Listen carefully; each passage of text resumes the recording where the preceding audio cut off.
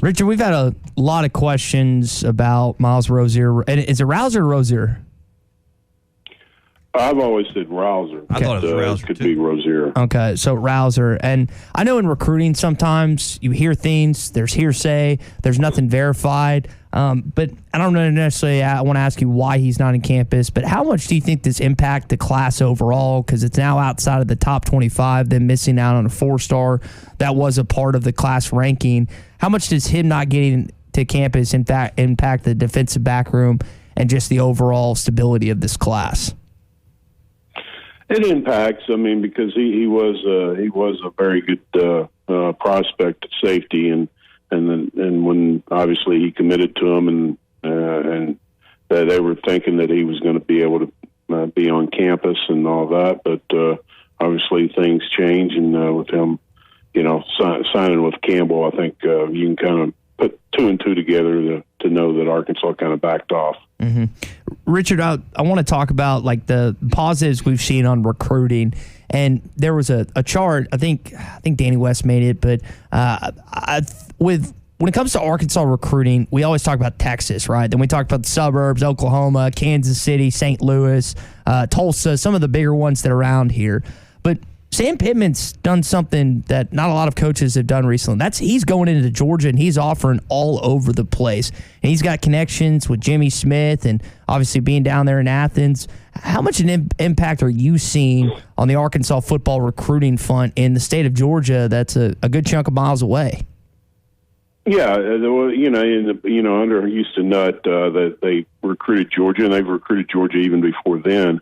But Georgia's always been pretty good to Arkansas, and it only when it was announced that Jimmy Smith was going to be an addition to the program as the running backs coach. I called it a grand slam or a great hire at the time because when he was at Cedar Grove, spoke to him numerous times about kids that Arkansas was recruiting then, and then talking to other coaches around the state.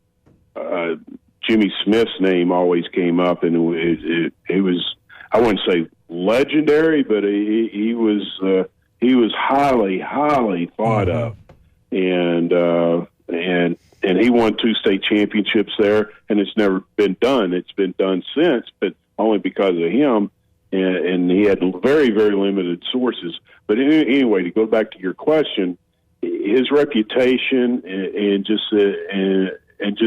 everybody that in Georgia just highly respected him. So you knew right then that they were going to be focusing on Georgia, and obviously Sam Pittman's name in Georgia was very, very good because he had developed relationships within the state. Scott Fountain recruited the state of Georgia also. So it's not a surprise. And obviously Georgia is a great high school state for talent for football. So it only makes sense that they continue to recruit there. And Jimmy Smith is an excellent recruiter on top of that. So now that we've been through a few of these cycles with the early signing period and kind of an anticlimactic national signing day, have your feelings changed? If you had the pen or the pencil or the hammer to make some changes in the signing dates and the setup, what would Richard Davenport do? I like it the way it is. I don't have a problem with the way it is. It seems like the intensity of trying to change it kind of got some momentum this year because of LSU, Florida, USC, Oklahoma, and some of those schools had coaching changes, and people started saying, "Man, we got to change this. This is a disadvantage," and it is a disadvantage for schools going through a coaching change. There's no doubt about that. We've seen that with Arkansas a couple of times. But I just tend to think that it works out well for the prospects, works out well for the vast majority of schools that don't have a coaching change, because then they can go through December and January and not have to worry about their kids not signing with them and flipping. And also when you're preparing for a bowl game, you're not having to recruit as heavily as you used to. And I think the kids like it too. And then if you don't have a early signing period, it make it a little bit more difficult for guys to enroll early. And then it also helps the lower division schools, the Arkansas States and Division twos, because after the early signing period, they know what's available still out there, and they can go recruit those kids, the kids that most likely may not have a landing spot for a high D1 school. So there's a lot of advantages. I just think a lot of the hoopla was because of some of the high-profile programs, head coaching changes, and they threw up a fit. That makes sense. So you're on social media a lot with the job you do. I'm sure you've seen Jimbo Fisher's rant from yesterday. It was a couple of minutes long. What were your takeaways from Jimbo getting after the media and everybody regarding the $30 million allegations and NIL and why A&M had the number one class? What was your takes from his sermon on the Mount yesterday? No victim mentality. I mean, no one truly knows with 100% certainty, but it's suspicious they had the best class that they've ever had. Right, when reports are coming out that the boosters got together and started targeting kids. A&M's always recruited well, but they've never recruited this well, and it's just very, very suspicious. And I tend to think that NIL definitely had an impact, and until the NCAA or Congress or somebody jumps in, I know some people don't want that, but there's got to be some rules and regulations on all this, because it's going to get even crazier without any kind of regulations. So let me give you guys some evidence. Ty just handed me this note. Let me give you some facts here, and then you determine maybe what happened. 2018 class, 0 5-stars for A&M, all right? 2 and 19, 2 and 20. We're talking just 5-stars. So 2 a couple of years ago, 2 and 20, 1 and 21, 7 in 2022 when NIL is introduced. Well, I mean, it's obvious the coaches did a great job. They just worked harder in recruiting. I mean, clearly. They stepped up their game, That's clearly what it is, and I agree with Jimbo. And that poor guy has been accused of things. It's not true. And, no one wants their work. People. No one wants their work discredited, and I get that he has the ability to speak, with a very loud megaphone as a head coach in the SEC. But Richard, where was Jimbo 3 weeks ago, 4 weeks ago, when all these rumors are circulating from sliced bread to every other credible media source in the country? Hey, A&M's paying every lineman $50,000. Hey, A&M's got a $30 million slush fund. Hey, where was he to discredit and debunk all of this? Oh, he just he was too busy stacking up 5-stars to come out and get ahead of that. He waited until the deadline and all the hay was in the barn. That's my issue with it, is if you wanted everyone to know the truth so bad, why weren't you telling them the truth when it would have still mattered, where if there truly is no pot of gold at the end of the Aggie rainbow, why didn't all the recruits get to know that from you, the head coach, weeks ago, if this was all lies and allegations and mistruths? Where was he 3 weeks ago, Richard? Wasn't it Lane Kiffin, and did Saban also kind of insinuate NIL had something to do? I think that might have forced his hand in a little bit, and he had to defend his program, I guess, and his assistant coaches and stuff, I guess. I don't know, but I think that's what got him to respond. Well, I get it, but or the question was just asked, though. I think. Well, it's a fair question, but he wants to come at it in this rant from, hey, everybody needs to know the truth, and there is no $30 million, there is no $5 million. The truth is, it's probably $50 million. But I mean, if you want to be a provider of the truth, well, provide it 3 weeks ago when the lies began. But that lie helped your situation, and he was slow to put the fire out.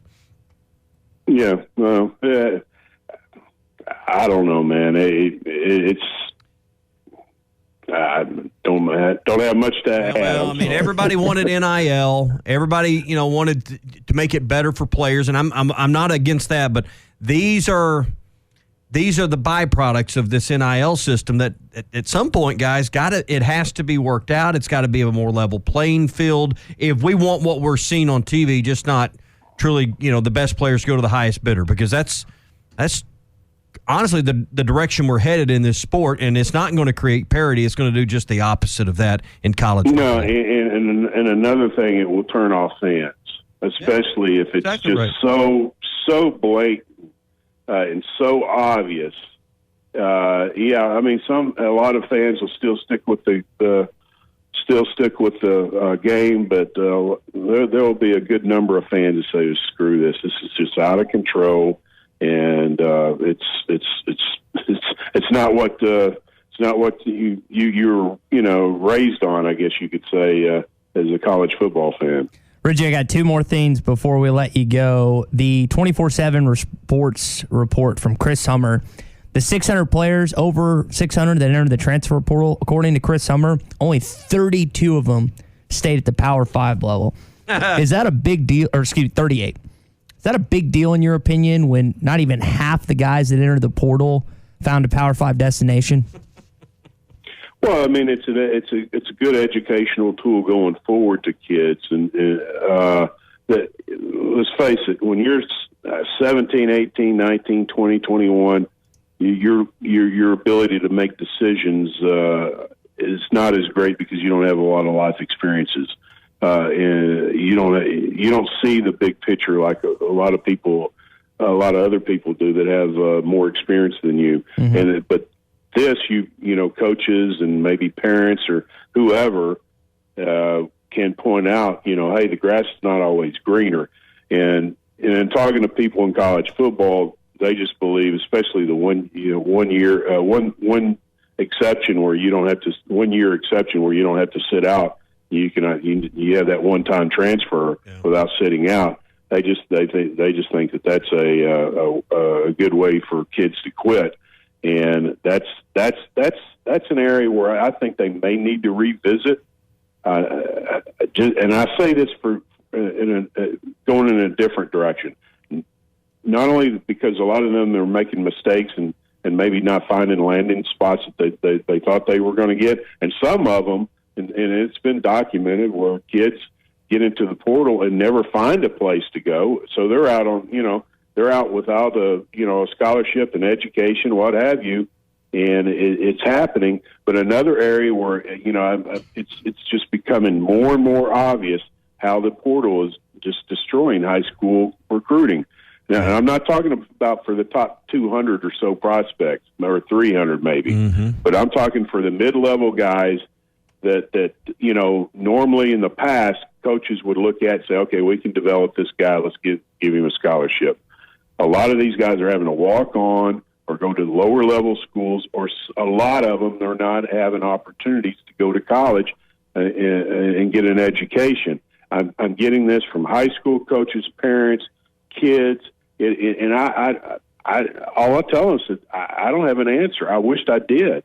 I said you can try to walk on and try to earn a scholarship, but a lot of these kids.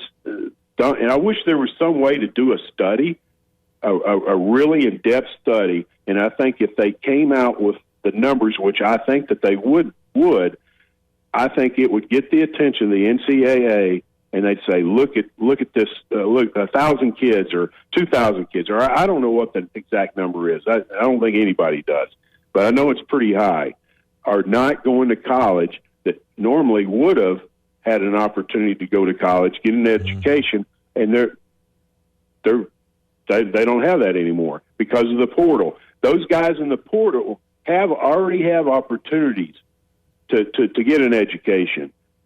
They ought to be somewhat held accountable for staying in school and staying with the schools. Now, if they want to transfer, let them transfer and have to sit out a year. That will keep them. A lot of kids from doing that. Amen. And then, Amen. I'm telling you, I'm probably the last week or so, I've gotten more and more of this from all angles for kids not having opportunities, and it just angers you. It makes you upset because there's so many kids being hurt today because of this, Now, if we could put faces out there and stories out there, and I may start doing that. But if we could do that on a national level, it may get people's attention, because they're faceless victims right now, and that's what exactly they are to a certain extent, because they don't have opportunities that they would have had in the past. What did you say that number was? 38 out of 600 and what? It's 38% of over 600 kids that enter the portal. I'm Sam Pittman, or any other coach. I'm plastering that on a sign in the locker room. Well, it's been known ever since the portal started. There's been reports that a large amount of them don't find what they thought that they were going to find, as far as go to another Power 5, or they had to go down to another school, or some just didn't get opportunities. And again, when you're that age, you think, oh man, you have an elevated opinion about yourself, and when other people that have a lot more years of experience may be able to give you a good indication of what may be coming forward toward coming at you once you get into that portal. But the kids won't listen. They go ahead and do it, and then they got these crazy uncles or relatives are saying, "Oh, you should be playing. You should be starting." And oh my God, some of the stories I could tell you there too. So it's a good thing we didn't think we knew it all at 19, and good thing we listened to all the adults when we were 19. Oh my God! And we didn't think we knew everything that was going on in the world too. So exactly, they need to be more like us. So, Richard, good stuff. We'll talk to you next week. All right, guys. We'll continue this next week, right? Hey, this is fun. Kidding. Yeah, it was no, let's do it. It was a fun conversation. Richard Davenport, Arkansas Democrat. Might be less football being played, but BetOnline has way more stuff to bet on this playoff season. From scored, totals, player performance props, to where the next fired coach is going to land, BetOnline is the #1 spot for all things NFL betting in 2022. And with the new year comes a new updated desktop and mobile website. Sign up today and receive your 50% welcome bonus on your first deposit. Just use our promo code BELIEVE to get started. That's BLEAV. And it's not just football. BetOnline's basketball, hockey, boxing, and UFC odds coverage is the best in the business. From sports right down to your favorite Vegas casino games, BetOnline is your #1 online wagering destination. BetOnline, the fastest and easiest way to wager on all your favorite sports and play your favorite games. BetOnline, where the game starts.